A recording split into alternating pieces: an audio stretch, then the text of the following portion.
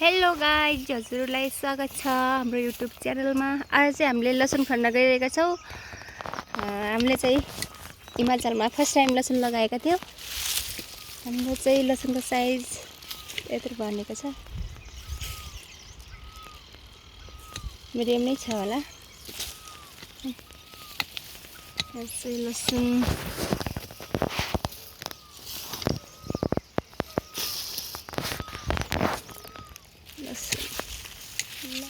लसुन लसुन सुन हामी चाहिँ थोरै एक कट्टा जति लगाएका थियौँ। यहाँ चाहिँ खन्दै हुनुहुन्छ।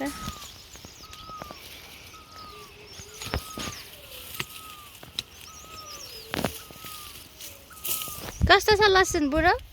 लसुन बहुत दामी छ, राम्रो छ, राम्रो फलिरहेछ। आज खन्दै छौँ।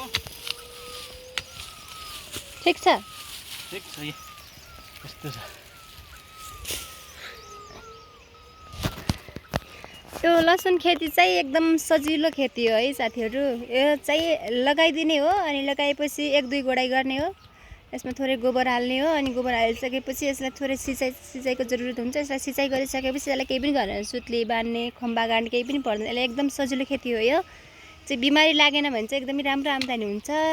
यस्तो म्याक्सिमम मिडियम साइजको लसुनहरू 100-120 जस्तो जान्छ केजीको भन्ने सुनेको मैले है। अब अलि सानो खालको चाहिँ 80-90 रुपियाँ त्यस्तै जान्छ अरे हैन। अनि यस्तो खालको चाहिँ अब 100 रुपियाँ 120 जस्तो जान्छ अरे। यता सुकाउनु पर्छ अझै। यसलाई जस्तो यसलाई खन्ने हो, अनि खनिसकेपछि सुकाउने, बस काटेर यसलाई सुकाइदिने, अनि सुकाएपछि बेच्नलाई रेडी भइहाल्छ हैन। यो चाहिँ एकदमै सजिलो कृषि हो हैन। तपाईहरुले पनि गरिराख्नु भएको छ होला। हामी चाहिँ फर्स्ट टाइम लगाएको यसपालि है। यो बिमारी छ कि भनेर चेक गर्नको लागि, तर बिमारी चाहिँ खासै रहेनछ। यो चाहिँ रेडी भइसकेको छ। अब हेरौँ यसको नतिजा कस्तो निस्किन्छ हैन। बेचेपछि कति रुपियाँ केजीसम्म जान्छ। अहिले चाहिँ एकदमै राम्रो भइरहेको छ। अहिले चाहिँ कृषि व्यवसाय गरिराख्दाखेरि जस्तो मटर, टमाटर, अनि यो आलु, अनि त्यसै गरी लसुन, प्याजहरू गरिराख्दाखेरि चाहिँ मलाई एकदमै खुसी लागिरहेको छ कि कृषि व्यवसाय गर्न एकदमै राम्रो छ। कृषि सजिलो पनि छ। हामीले घरमै बसी आफ्नो बालबच्चाको ख्याल गरेर पनि कृषि व्यवसाय राम्रोसँग सम्हाल्न सक्छौँ।